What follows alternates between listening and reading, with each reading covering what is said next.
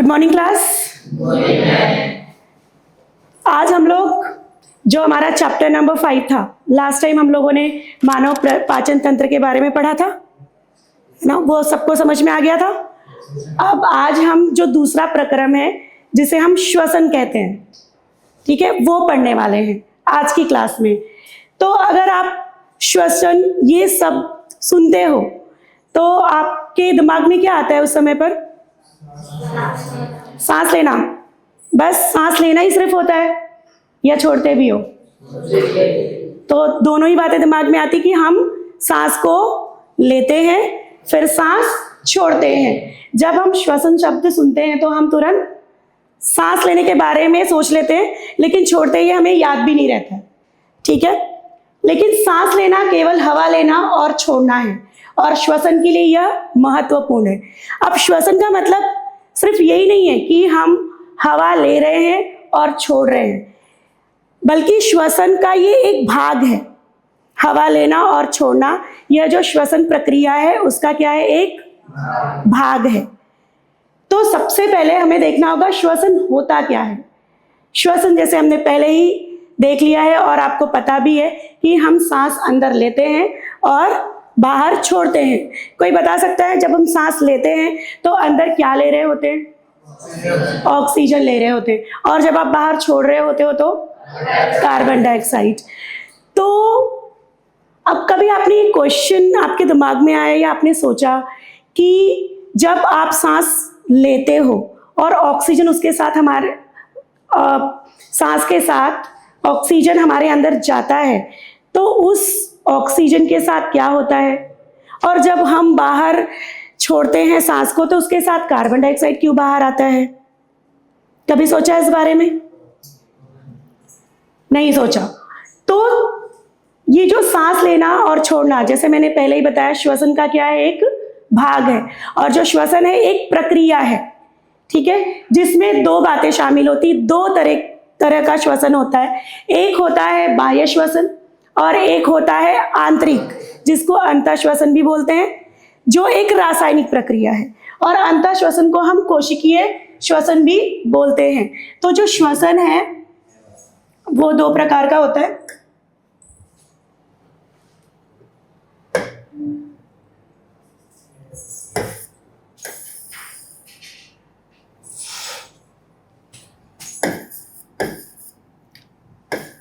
जो श्वसन है वो कितने प्रकार का होता है?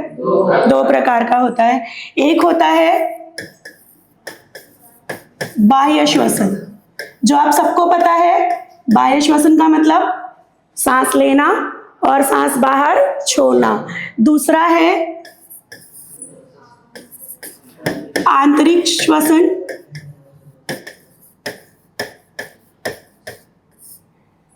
आंतरिक श्वसन को हम कोशिकीय श्वसन भी बोलते हैं।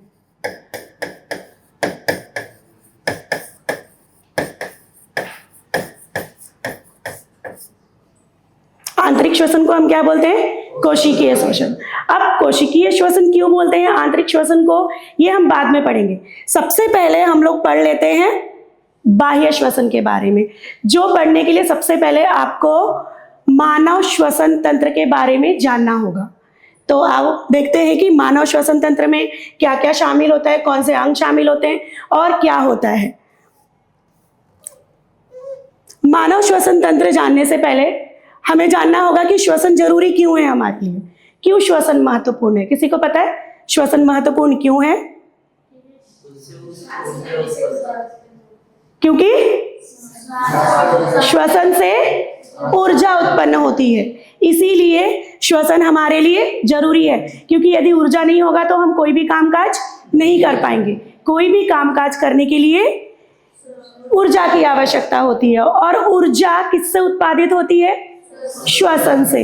इसीलिए श्वसन ये अत्यंत महत्वपूर्ण प्रक्रम है हमारे शरीर में, जिसका होना बहुत ही जरूरी है। तो आओ मानव श्वसन तंत्र के बारे में पढ़ते हैं कि श्वसन मानव में होता कैसे है। तो श्वसन तंत्र के कुछ अंग होते हैं। मानव श्वसन तंत्र में उन सभी अंगों को सम्मिलित किया जाता है जो गैसों के विनिमय में योगदान देते हैं। विनिमय मतलब आदान प्रदान में योगदान देते हैं। मानव में जो श्वसन है वो फेफड़ों द्वारा होता है। फेफड़ों को हम एक और नाम से बुलाते हैं, क्या नाम है? फुफ्फुस। इसीलिए मनुष्य के श्वसन को फुफ्फुसीय श्वसन भी बोलते हैं, क्योंकि फेफड़े को हम फुफ्फुस भी बोलते हैं।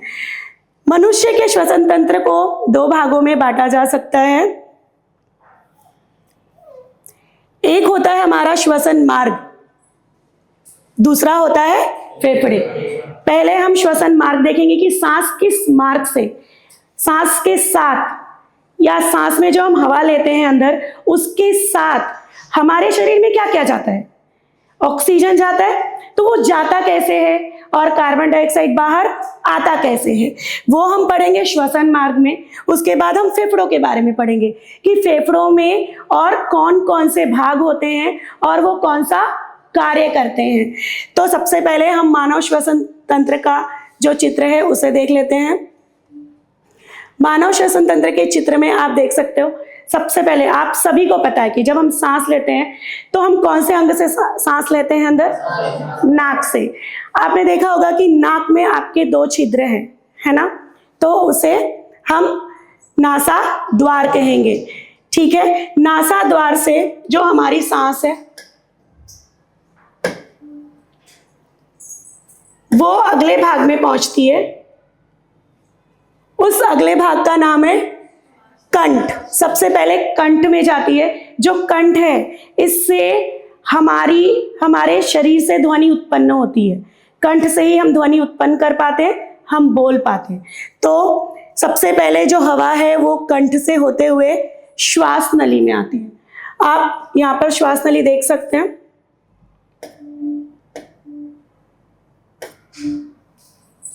यहाँ नासा द्वार से आया, फिर यहाँ कंठ से होते हुए कहाँ पर आ जाता है? श्वास नली में आ जाता है, ठीक है? ऑक्सीजन कहाँ पर पहुंच जाता है? श्वास नली में। अब जो श्वास नली है ये बाद में 2 भागों में विभाजित हो जाता है, ठीक है? उसको हम बोलते हैं, उन दोनों भागों को बोलते हैं हम श्वसनी। क्या बोलते हैं? श्वसनी।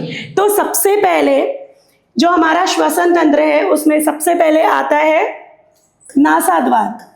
क्या आता है? नासा द्वार के बाद क्या आता है? कंठ। कंठ से होते हुए ऑक्सीजन जाता है कहां पर? श्वास नली में। तो अगला है श्वास नली। फिर श्वास नली 2 भागों में विभाजित हो जाती है। उन दोनों भागों का नाम क्या है? श्वसनी। क्या नाम है? तो चौथे नंबर पर आता है श्वसनी।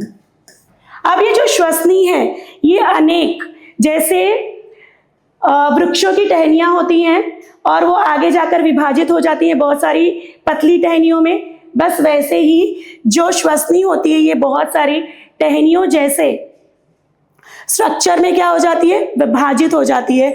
और ये जो टहनियों जैसे जो आपको ये संरचना दिख रही है, टहनियों के जैसे दिखने वाली संरचना, इसको बोलते हैं श्वसनिका। क्या बोलते हैं? तो 5वें नंबर पर आता है श्वसनिका। अब श्वसनिका के अंत में यहां पर अंगूर के गुच्छे जैसे अंगूर के गुच्छे में बहुत सारे अंगूर होते हैं, वैसे ही गोल गोल कुछ संरचनाएं होती हैं जो श्वसनिकाओं के अंत में होती है। कहाँ होती है? श्वसनिकाओं के अंत में होती है। अब ये जो ऑक्सीजन है सबसे पहले श्वास नली से श्वसनी में, श्वसनी के बाद श्वसनिकाओं में, और उसके अंत में श्वसनिकाओं के अंत में जो अंगूर जैसे जो संरचनाएं होती हैं उसके अंदर प्रवेश करता है ऑक्सीजन। अब इन अंगूर जैसे संरचनाओं को हम क्या कहते हैं? कूपिका कोश। क्या कहते हैं? कूपिका कोश। अब जैसे आप लोगों को पता है कोश का मतलब ही होता है कि जिसके अंदर हम कोई चीज संग्रहित करके रख पाए। तो वैसे जो ऑक्सीजन है वो कूपिका कोश में अंत में आ जाता है। अभी जो कूपिका कोश है ये बहुत सारी रुधिर वाहिकाओं से घिरा हुआ है। किससे घिरा हुआ है? रुधिर वाहिकाओं से घिरा हुआ है।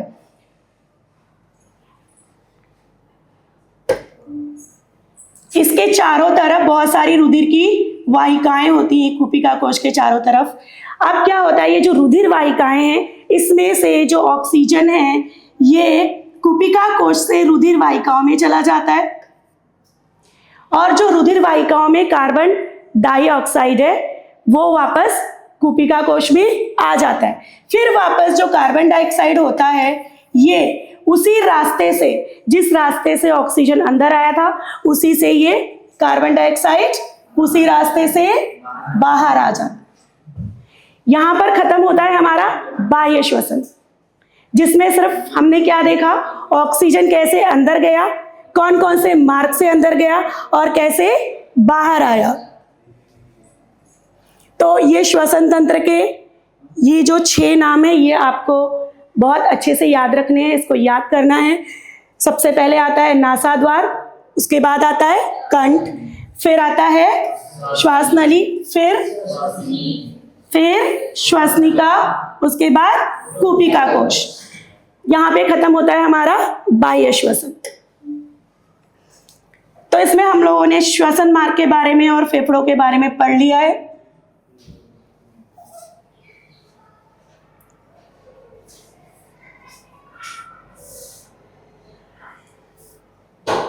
यहाँ पे नासाद्वार के बारे में देख सकते हैं, मनुष्य में एक जोड़ी नासाद्वार होता है, पता है आप लोगों को, एक जोड़ी होती है नासाद्वार जहां से वायु प्रवेश करती है। वायु का प्रवेश होने के बाद आगे जाकर नासापथ होता है, पूरा रास्ता होता है अंदर, उसको बोलते हैं नासापथ। उस नासापथ में छोटे छोटे बाल जैसे संरचनाएं होती हैं, उसको बोलते हैं रोम। और उसके बाद में जैसे हम लोगों ने पढ़ा था पाचन तंत्र में श्लेष्मा, बिल्कुल वैसे ही हमारे नासापथ में भी श्लेष्मा होता है। तो अब ये दोनों चीजों का क्या काम है हमारे नासापथ में, ये जो हमारे हवा के साथ जो हमारे नासाद्वार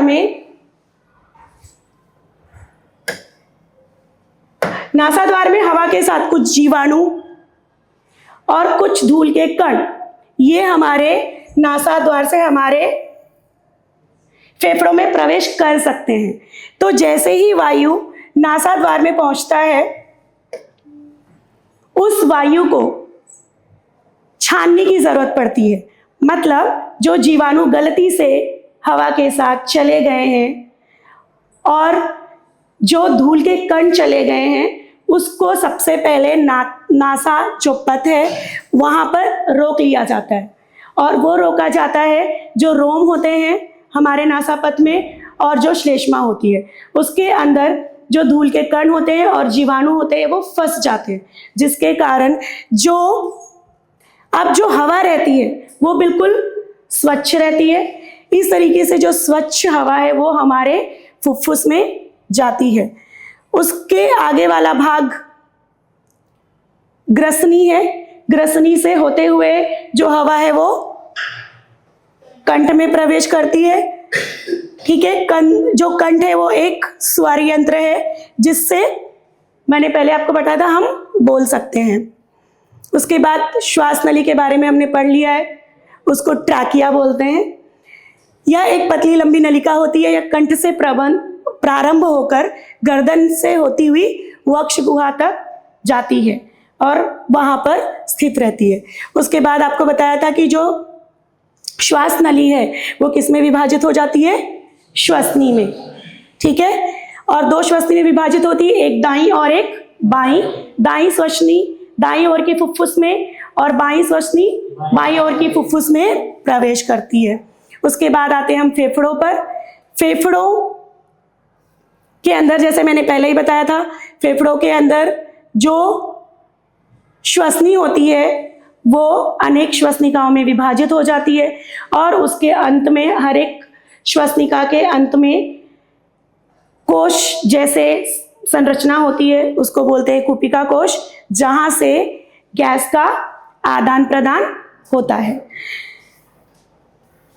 तो यहाँ पे हमारा खत्म हो जाता है बाह्य श्वसन।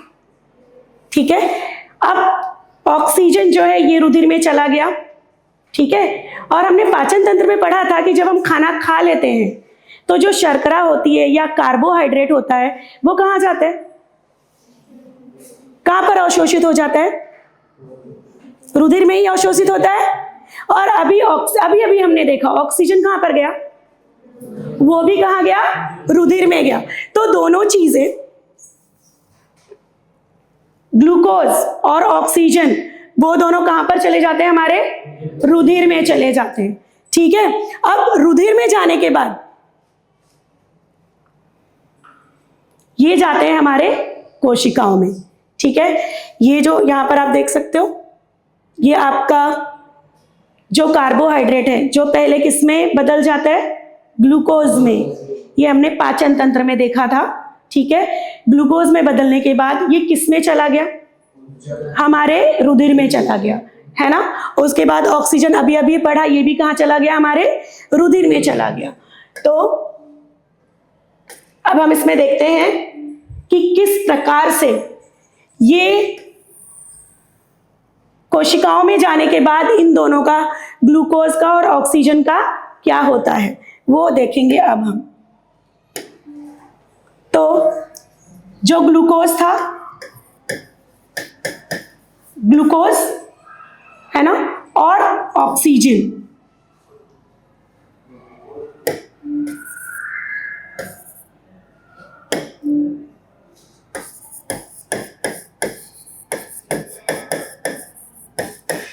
ग्लूकोज है C6H12O6 और ऑक्सीजन है O2। ये दोनों कहां पर चले गए, हमारे रुधिर में। कहां चले गए, रुधिर में। रुधिर में जाने के बाद ये कहां जाएंगे, हमारे कोशिकाओं में। अब ये जो ग्लूकोज और ऑक्सीजन जब ये कोशिकाओं में प्रवेश करते हैं तो उसके बाद जो प्रक्रिया होती है उसको बोलते हैं आंतरिक श्वसन या कोशिकीय श्वसन, क्योंकि ये प्रक्रिया अब कहां पर होगी, कोशिका में होगी। आधी प्रक्रिया हमने देख लिया, कुपिका कोश तक। ठीक है। रुधिर में चला गया, रुधिर से अब कोशिका में ऑक्सीजन और ग्लूकोज दोनों चला गया है। अब जो आधा भाग है इस प्रक्रिया का वो अब कहाँ होने वाला है, कोशिकाओं में होने वाला है। इसीलिए इसे आंतरिक श्वसन या फिर कोशिकीय श्वसन भी कहते हैं। तो आओ देखते हैं कि ये होता कैसे है।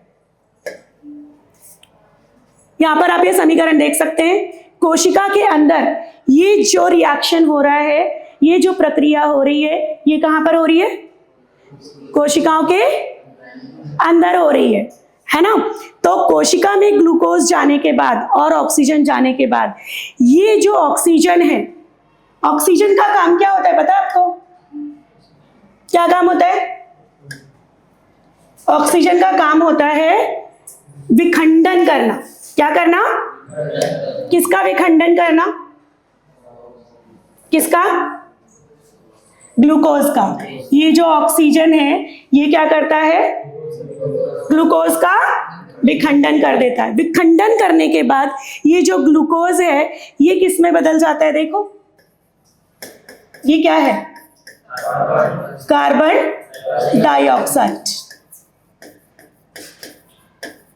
इसमें बदल जाता है, साथ में बदल जाता है जल में, और उसके साथ में क्या होती है? ऊर्जा। और उस ऊर्जा का नाम है एटीपी। जो मानव के अंदर इस ऊर्जा का निर्माण होता है और उस ऊर्जा का नाम है एटीपी। और ये ऊर्जा का निर्माण मानव के अंदर कहां पर होता है? कोशिकाओं में। ठीक है। और कौन से प्रक्रिया द्वारा होता है? कोशिकीय श्वसन द्वारा। किसके द्वारा होता है? कोशिकीय श्वसन द्वारा होता है।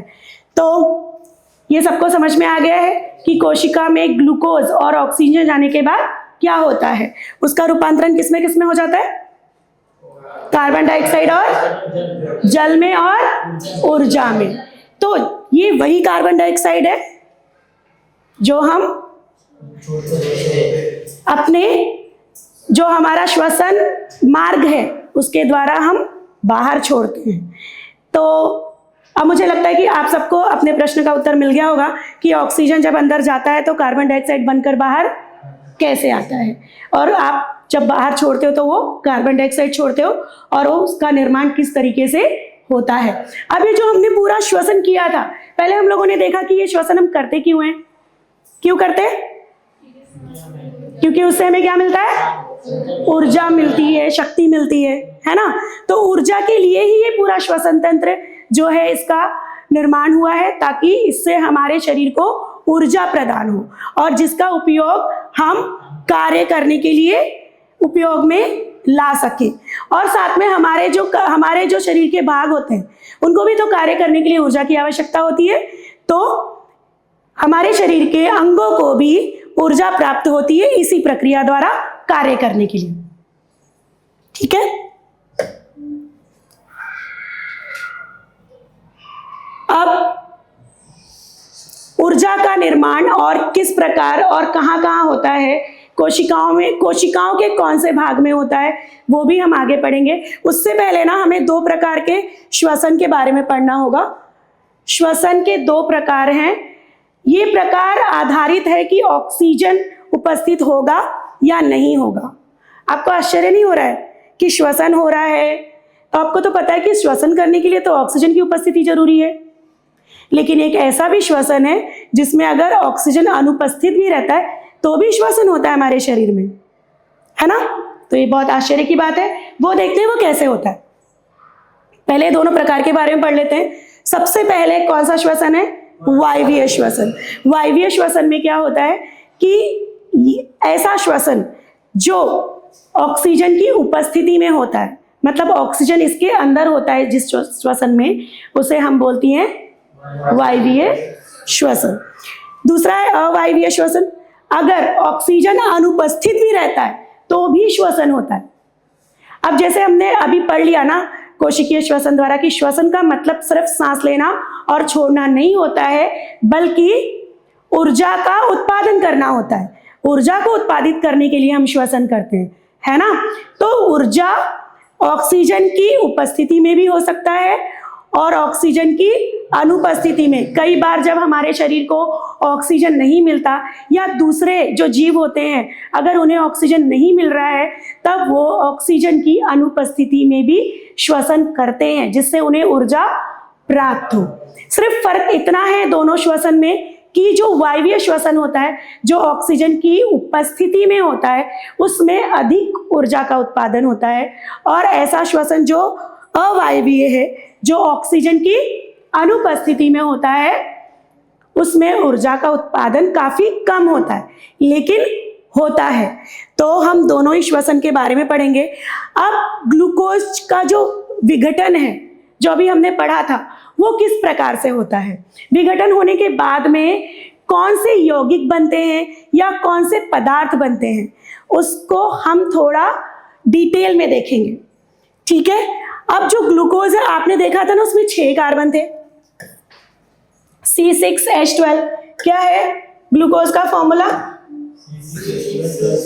C6H12O6, right? यही है C6H12 और O6, है ना। तो इसमें आप देख पाओगे कि इसमें कार्बन कितना है? 6 है। तो ग्लूकोज के अंदर 6 कार्बन होते हैं, इसलिए इसको 6 कार्बन वाला यौगिक भी कहा जाता है। तो सबसे पहले जो ग्लूकोज होता है ना, ये 2 कार्बन वाले यौगिक,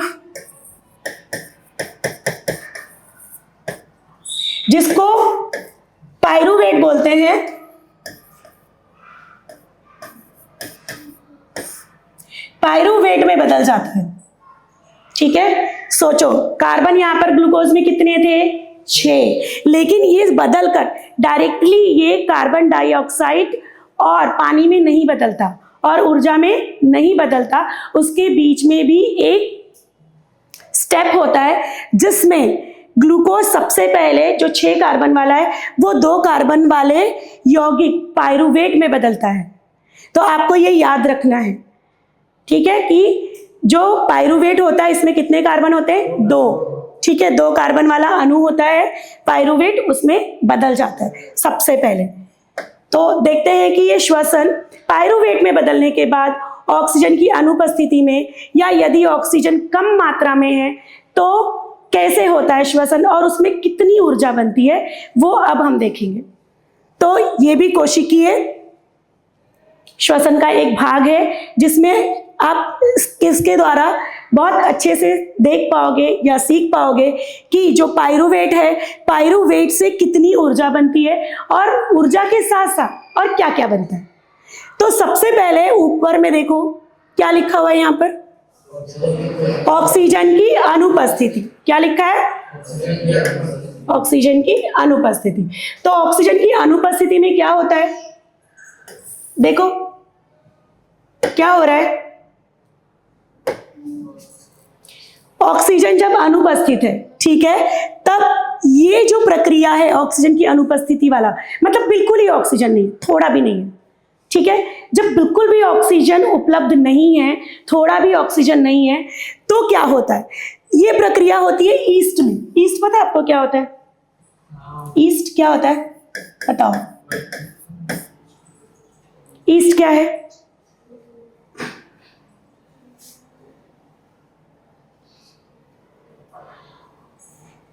ईस्ट एक सूक्ष्म जीव है, ठीक है।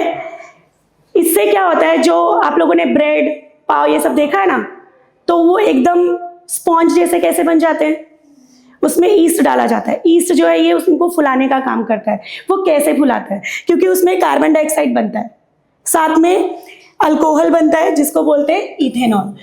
जब हम ईस्ट जो डो होता है, मतलब जो आटा लगाते हैं ना ब्रेड बनाने के लिए, उसके अंदर जब ईस्ट को मिलाया जाता है तब वो आटा फूल जाता है ना। तो उसके अंदर ऐसा क्या होता है कि आटा फूल जाता है, जबकि उसके अंदर देखो एक बार आपने आटे को गूंद दिया ना तो उसके अंदर ऑक्सीजन नहीं जा सकता, क्योंकि उसके अंदर जगह ही कहाँ होती है, पानी ने जगह ले ली ना। जो आटे के कणों के बीच की जो जगह थी किसने ले लिया, पानी ने। अब उसके अंदर ऑक्सीजन तो जा ही नहीं सकता। अब ये जो ईस्ट है ये कैसे श्वसन करे, है ना, तो वो क्या करता है, वो तब भी श्वसन करता है जब ऑक्सीजन अनुपस्थित होता है। लेकिन ऑक्सीजन अनुपस्थित होने के कारण उसके अंदर कार्बन डाइऑक्साइड तो बनता है, साथ में एटीपी भी बनता है, लेकिन इसमें सिर्फ 2 ही एटीपी बनता है। एटीपी के 2 ही अणु बनते हैं, ठीक है, क्योंकि यहाँ पे ऑक्सीजन पूरी तरह अनुपस्थित है। कार्बन डाइऑक्साइड के साथ इसमें एक और चीज बनती है जो है इथेनॉल, और ये अल्कोहल है एक प्रकार का। ये बनता है जो हम आटा लगाते हैं उसके अंदर, या जो आप ब्रेड या पाव खाते हैं उसके अंदर ये इथेनॉल भी होता है। कार्बन डाइऑक्साइड जब उसको बेकिंग कर रहे होते हैं तब ये उड़ जाता है और उसकी जगह पे जो छेद है ना वो रह जाते हैं, क्योंकि वहां से कार्बन डाइऑक्साइड हट गया तो वहां पे जगह खाली हो जाती है, जिसके कारण वो बहुत स्पॉन्जी हो जाते हैं। तो ये हमने सबसे पहले पढ़ा।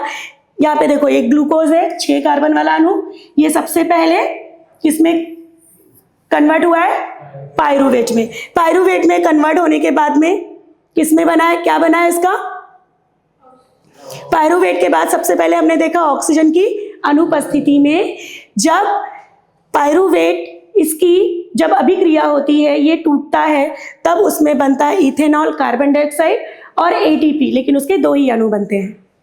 समझ में आ गया। अब दूसरे नंबर का देखते हैं, ऑक्सीजन का अभाव।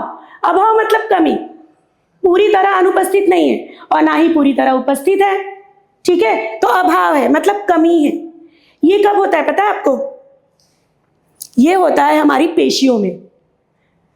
हमारे हाथ पैर की जो पेशियां होती हैं, कभी कभी आपने ये नोटिस किया है कि जब आप बहुत दौड़ते हो या बहुत ज़्यादा सीढ़ी से ऊपर नीचे करते हो, बहुत ज़्यादा शारीरिक अगर मेहनत करते हो, तो उसके अगले दिन या 2-3 घंटे बाद आपके शरीर में दर्द होता है, आपकी पेशियों में, हाथ की पेशियों में, ज़्यादातर पैरों की पेशियों में दर्द होता है ना। तो पता है वहाँ क्या हुआ है, वहाँ पर ये प्रक्रिया हुई है हमारी पेशियों में, क्योंकि जब आप दौड़ रहे होते हो ना तो जितनी ऊर्जा आपके शरीर को चाहिए उतनी ऊर्जा उत्पन्न करने के लिए उतने ही ऑक्सीजन की जरूरत पड़ेगी। लेकिन यहाँ पे तो ऑक्सीजन क्या होता है कि हमें ऊर्जा ज़्यादा चाहिए, लेकिन हम ऑक्सीजन तो उतनी ले रहे हैं जितनी हमें ज़रूरत है एक बार में। तो अब क्या करें, हमारे पेशियों को कार्य करना है, दौड़ना है, तो अब उसको और ऊर्जा की जरूरत पड़ेगी। तो उस समय क्या होता है कि ऑक्सीजन का हमारे शरीर में कमी हो जाती है, तो हमारी जो पेशियां हैं हाथ पैर की, वो भी ऊर्जा को उत्पन्न करना शुरू कर देती है, लेकिन वो इस प्रक्रिया द्वारा करती है, जिसमें क्या होता है, जो पाइरूवेट होता है वो किस में बदल जाता है, लैक्टिक अम्ल में, ठीक है, और ऊर्जा में, ठीक है, और किस में बदल जाता है, ऊर्जा में। इसके अंदर कार्बन डाइऑक्साइड नहीं बनता। अब ये जो लैक्टिक अम्ल इसमें उत्पादित होता है, यही वजह है जिसके कारण हमारी पेशियों में दर्द होता है, दर्द महसूस होता है। जब तक ये अम्ल हमारे शरीर से बाहर नहीं निकलेगा, हमारी पेशियों में इकट्ठा रहेगा, तब तक हमें वो दर्द होता रहेगा। जैसे ही वो निकल जाएगा, आपका दर्द खत्म हो जाएगा। तो इससे आपने समझ लिया कि आपकी पेशियों में दर्द क्यों होता है। क्यों होता है? क्योंकि आपके शरीर में ऊर्जा की कमी हो जाती है जब आप बहुत अत्यधिक मेहनत करते हो, है ना। तो उस वक्त हमारी जो पेशियां हैं वो ऊर्जा का उत्पादन करना शुरू कर देती हैं, किंतु उनको ऑक्सीजन थोड़ा थोड़ा मिलता है, ज़्यादा नहीं मिलता, अभाव रहता है। उसके कारण जो पाइरूवेट है वो किस में बदल जाता है, लैक्टिक अम्ल में, और साथ में ऊर्जा में बदल जाता है। इसमें कार्बन डाइऑक्साइड का उत्पादन नहीं होता। फिर तीसरा है जो हमने अभी इसके पहले पढ़ा, जो ग्लूकोज का विखंडन हो रहा है, जो हमारे कहाँ पर होता है, कोशिका के माइटोकॉन्ड्रिया में। पिछले साल 9th स्टैंडर्ड में हम लोगों ने माइटोकॉन्ड्रिया के बारे में पढ़ा था कि माइटोकॉन्ड्रिया को क्या बोला जाता था, कोशिका का बिजली घर, क्योंकि वहां पर ऊर्जा का उत्पादन होता था। अब कोशिका के माइटोकॉन्ड्रिया में जो हमारे शरीर में ज्यादातर यही प्रक्रिया होती है, हमारा पूरा शरीर ही कोशिकाओं से बना हुआ है, और कोशिकाओं के अंदर जो माइटोकॉन्ड्रिया है उसके अंदर ऊर्जा का उत्पादन बिना रुके होता ही रहता है, क्योंकि हम सांस तो लेते ही रहते हैं, कभी रुकते नहीं हैं। तो वैसे ही चाहे हम सो रहे हो या कोई कार्य कर रहे हो, हम सांस तो ले ही रहे होते हैं, ऑक्सीजन हमारे अंदर जा ही रहा होता है। और बात रही ग्लूकोज की, तो आप जो खाना खाते हो उससे आपके खून में ग्लूकोज जाता ही रहता है और काफ़ी समय तक रहता भी है। जो अतिरिक्त ग्लूकोज हो जाता है वो हमारे शरीर में वसा के रूप में इकट्ठा रहता है, जब आवश्यकता होती तो वापस से ग्लूकोज हमारे शरीर को मिल जाता है। तो ग्लूकोज तो मिलता ही रहता है। तो ये जो आखिरी वाला है, जो माइटोकॉन्ड्रिया वाला, ये अभी हमने पहले पढ़ा। उसमें क्या होता है, कार्बन डाइऑक्साइड, जल और ऊर्जा का निर्माण होता है। ऊर्जा जो होता है ये एटीपी है, और इसमें आपको पता है 38 एटीपी का निर्माण होता है। सोचो, इसमें 2 हो रहा है, इसमें 3 हो रहा है, ठीक है, और इसमें टोटल कितना हो रहा है। तो सबसे अधिक ऊर्जा का उत्पादन कहाँ हो रहा है, माइटोकॉन्ड्रिया में, ठीक है। तो सबसे सही वाला, करेक्ट वाला जो श्वसन है वो हमारे माइटोकॉन्ड्रिया में ही होता है। बाकी जो 2 श्वसन है, ये ईस्ट, इसका तो बहुत ज़्यादा आवश्यकता नहीं है हमारे, क्योंकि हमारे शरीर से कनेक्टेड नहीं है। लेकिन जो दूसरे नंबर वाला, ये भी हमारे शरीर से कनेक्टेड है। आज के इस क्लास में आपको एक और प्रश्न का उत्तर मिल गया कि जब आप बहुत मेहनत करते हो तो आपके शरीर में दर्द क्यों होता है, और दूसरा, आप सांस भी तो तेज तेज लेते हो ना, क्योंकि ज़्यादा ऑक्सीजन की आपको ज़रूरत पड़ती है, आवश्यकता पड़ती है। तो इसमें हम लोगों ने क्लियर कर लिया। आज के इस टॉपिक में हम लोगों ने क्लियर किया कि श्वसन कैसे होता है। श्वसन तंत्र के अंगों के नाम आपने पढ़े, ठीक है। बाह्य श्वसन तंत्र पढ़ा, कोशिकीय श्वसन तंत्र पढ़ा, साथ में आपने श्वसन तंत्र के 2 प्रकार भी, आपने श्वसन के 2 प्रकार भी पढ़ लिए, वायवीय और अवायवीय श्वसन। और आपने आखिरी में पढ़ा कि जो 6 कार्बन वाला जो ग्लूकोज है वो कैसे पहले पाइरूवेट में बदलता है, और वही पाइरूवेट फिर बाद में ईस्ट के अंदर जब ऑक्सीजन अनुपस्थित होता है तब कैसे इथेनॉल में, जो कि एक अल्कोहल है, उसमें बदलता है, साथ में कार्बन डाइऑक्साइड और ऊर्जा में, 2 अणु वाले। और जब ऑक्सीजन का अभाव होता है, जो हमारे पेशियों में होता है, जब हम लोग अत्यधिक मेहनत करते हैं, उस समय क्या होता है, किस प्रकार का श्वसन होता है। उस श्वसन में लैक्टिक अम्ल बनता है और साथ में ऊर्जा, जो कि सिर्फ ऊर्जा के 3 ही अणु बनते हैं। फिर सबसे आखिरी में आप लोगों ने देखा था कि जो पाइरूवेट है वो माइटोकॉन्ड्रिया के अंदर, जो पाइरूवेट है वो टोटल 38 एटीपी में बदलता है, उसके साथ कार्बन डाइऑक्साइड और जल भी होता है, किसी को कोई क्वेश्चंस पूछना है, कुछ समझ में नहीं आया हो तो आप लोग पूछ सकते हो। पूछना है किसी को? Okay, thank you.